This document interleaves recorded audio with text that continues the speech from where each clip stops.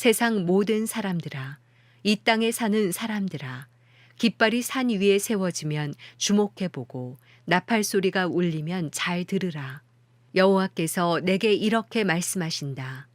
태양 빛에서 조용히 어른거려 내리는 열기처럼, 가을 추수의 열기 속에서 고요히 사라지는 이슬처럼 나는 내 처소에서 잠잠히 살필 것이다. 그러다가 추수하기 전에 꽃이 지고 신포도가 익어갈 때 그가 가지치는 가위로 줄기를 베어내고 길게 뻗은 가지들을 잘라 버리실 것이다.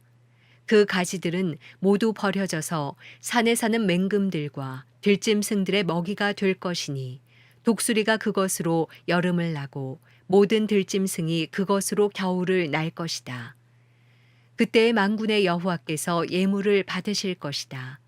키가 크고 매끈한 피부를 가진 민족, 멀리서도 사람들이 무서워하는 백성, 여러 줄기의 강이 흐르는 곳에 사는 사람들, 힘이 세 적을 짓밟는 백성들이 만군의 여호와의 이름이 모셔진 시온산으로 예물을 들고 올 것이다. 이사야 19장. 이집트에 내려진 판결이다. 보라, 여호와께서 날쌘 구름을 타고 이집트로 가신다. 이집트의 우상들이 그 앞에서 벌벌 떨고 이집트 사람들의 마음이 그 안에서 녹아내릴 것이다. 내가 이집트 사람들이 자기들끼리 들고 일어나게 하겠다. 그래서 형제끼리 싸우고 이웃끼리 싸우고 성들끼리 싸우고 나라끼리 서로 싸울 것이다. 결국 이집트 사람들은 낙담할 것이다. 내가 그들의 계획을 수포로 돌아가게 하면 그들은 우상들과 죽은 사람의 영들과 신접한 사람들이나 마술사들을 찾아다니면서 물을 것이다. 내가 이집트를 잔혹한 군주의 손에 넘겨줄 것이니 난폭한 왕이 그들을 다스릴 것이다. 주 만군의 여호와의 말씀이다. 바닷물이 말라버리고 나일강도 바다까지 바싹 마를 것이다. 운하들에서는 악취가 나고 이집트의 시내들도 다 말라버릴 것이다. 갈대와 파피루스는 시들고 나일강을 따라 난 식물들도 나일강 어귀에 난 식물들도 시들고 나일강을 따라 씨 뿌려진 밤마다 말라버리고 나라가 없어질 것이다. 어부들도 탄식할 것이다.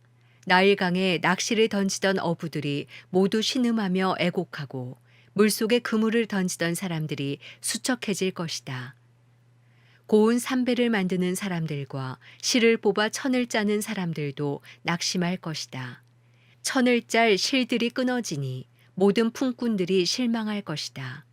소안의 귀족들은 정말 바보들이고 지혜롭다는 바로의 전략가들도 멍청한 조언만 하고 있으니 너희가 어떻게 바로에게 나는 지혜로운 사람들의 자손이고 옛 왕들의 후예입니다 라고 말하겠느냐. 내 지혜로운 사람이 지금 어디에 있느냐. 만군의 여호와께서 그들에게 세워놓으신 이집트를 향한 계획을 내게 보이고 알려달라고 해보라. 소안의 귀족들은 바보가 됐고 노베 지도자들은 속았다. 그 지역의 지도자들은 이집트를 잘못 이끌었다. 여호와께서 그들 속에 혼란의 영을 불어넣으셔서 마치 술 주정꾼이 토하면서 비틀거리듯 그들이 하는 모든 일에서 이집트를 비틀거리게 하고 있구나. 이제 이집트가 할 수 있는 일은 하나도 없다. 머리나 꼬리도 종려나무 가지나 갈대도 아무것도 할 수 없다. 그날의 이집트 사람들은 여인처럼 돼 만군의 여호와께서 그들을 향해 손을 펼치시고 휘두르시는 것을 보고 두려움에 벌벌 떨 것이다. 또 유다 땅은 이집트 사람들에게 공포의 존재가 될 것이다. 누군가 그들에게 유다라고 말하기만 해도 모두들 현기증을 일으키고 만군의 여호와께서 그들에게 세우신 계획 때문에 그들은 겁을 집어먹을 것이다. 그날의 이집트 땅에 있는 5 성읍들은 가나안 말을 하면서 만군의 여호와께 맹세할 것이다. 그 가운데 한 성읍은 파괴의 성읍이라 불릴 것이다. 그날의 이집트 땅 한복판에는 여호와께 드리는 제단이 서겠고 이집트 국경선에는 여호와께 드리는 기념비가 세워질 것이다.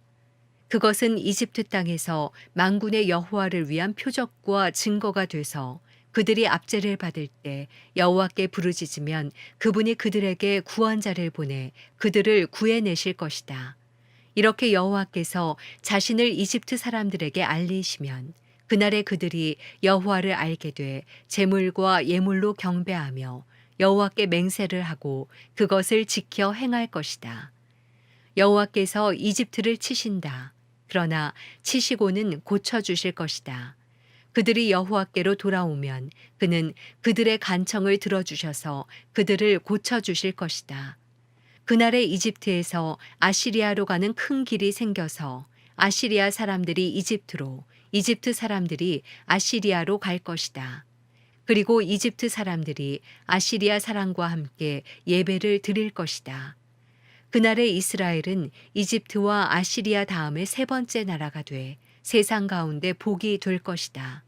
만군의 여호와께서 그들에게 복을 주시면서 이렇게 말씀하신다.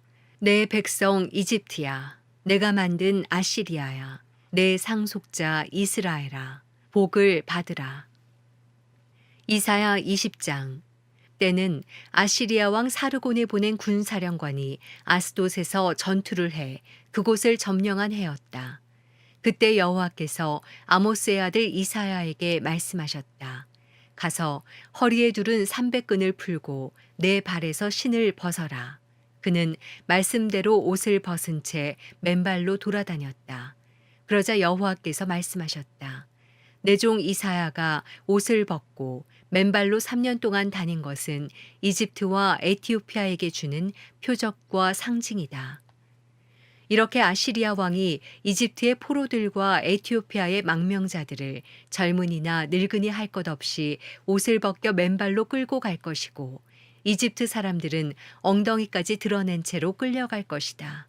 그래서 에티오피아를 신뢰하고 이집트를 자랑하던 사람들은 경악하고 부끄러워할 것이다. 그날에 이 해안가에 사는 주민들은 이렇게 말할 것이다.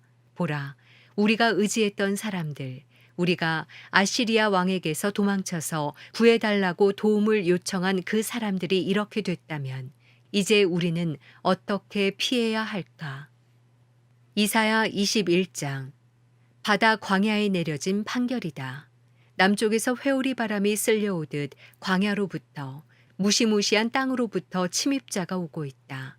나는 무서운 환상을 보았다. 반역자가 반역하고 약탈자가 약탈하고 있구나. 엘라마, 공격하라. 메대야, 애워싸라.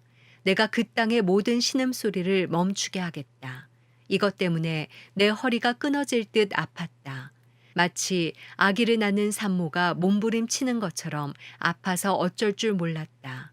너무 아파서 아무것도 들리지 않았고 너무 무서워서 아무것도 보이지 않았다. 내 마음이 갈피를 잡지 못하고 두려움으로 몸서리를 쳤다. 해가 지기를 그렇게도 바랐었는데 도리어 그것이 내게 두려움이 됐다. 그들이 식탁을 준비하고 깔개를 펼치고 먹고 마시는구나. 너희 장군들아 일어나라. 방패에 기름칠을 하라. 주께서 내게 이렇게 말씀하셨다. 가서 파수꾼을 세우고 발견하는 대로 보고하게 하여라. 말들이 끄는 병거를 탄 사람들이나 낙이나 낙타를 탄 사람들을 발견하면 주의 깊게 살펴보고 정신을 바짝 차리고 있어라. 그러자 파수꾼이 소리쳤다. 나는 날마다 밤마다 망대를 지키고 서 있습니다. 그런데 보십시오. 한 사람이 병거를 타고 오고 있습니다. 말을 탄 사람들이 무리지어 오고 있습니다. 또 그가 소리 높여 말했다. 무너졌습니다. 바벨론이 무너져 버렸습니다. 모든 신상들이 땅에 떨어져 산산조각 났습니다. 짓밟혀 으깨진 내 결애여. 타작마당에서 으스러진 내 형제여. 내가 이스라엘의 하나님 전능하신 여호와께 들은 것을 이렇게 너희에게 전해주었다. 두마에 내려진 판결이다. 세일에서 누군가가 나를 부른다. 파수꾼이여, 밤이 얼마나 남았습니까? 파수꾼이여, 밤이 얼마나 남았습니까? 파수꾼이 대답한다. 아침이 왔지만 또 밤이 올 겁니다. 묻고 싶으시면 물어보십시오. 또 와서 물어보십시오. 아라비아에 내려진 판결이다. 아라비아의 숲과 초원에 장막을 치고 밤을 지내는 드단의 상인들아. 목마른 사람들에게 물을 만나게 해주라. 대마 땅에 사는 사람들아, 피난민들에게 먹을 것을 가져다 주라. 그들은 칼을 피해온 사람들이다. 그들은 칼을 뽑고 활을 당기는 전쟁터에서 도망친 사람들이다. 주께서 내게 이렇게 말씀하셨다. 머슴으로 고용된 기한처럼 1년 안에 게달의 모든 명성이 사라질 것이다. 게달 자손 가운데 활 쏘는 전사들이 살아남아도 그 수는 거의 없을 것이다. 여호와 이스라엘의 하나님께서 말씀하셨다.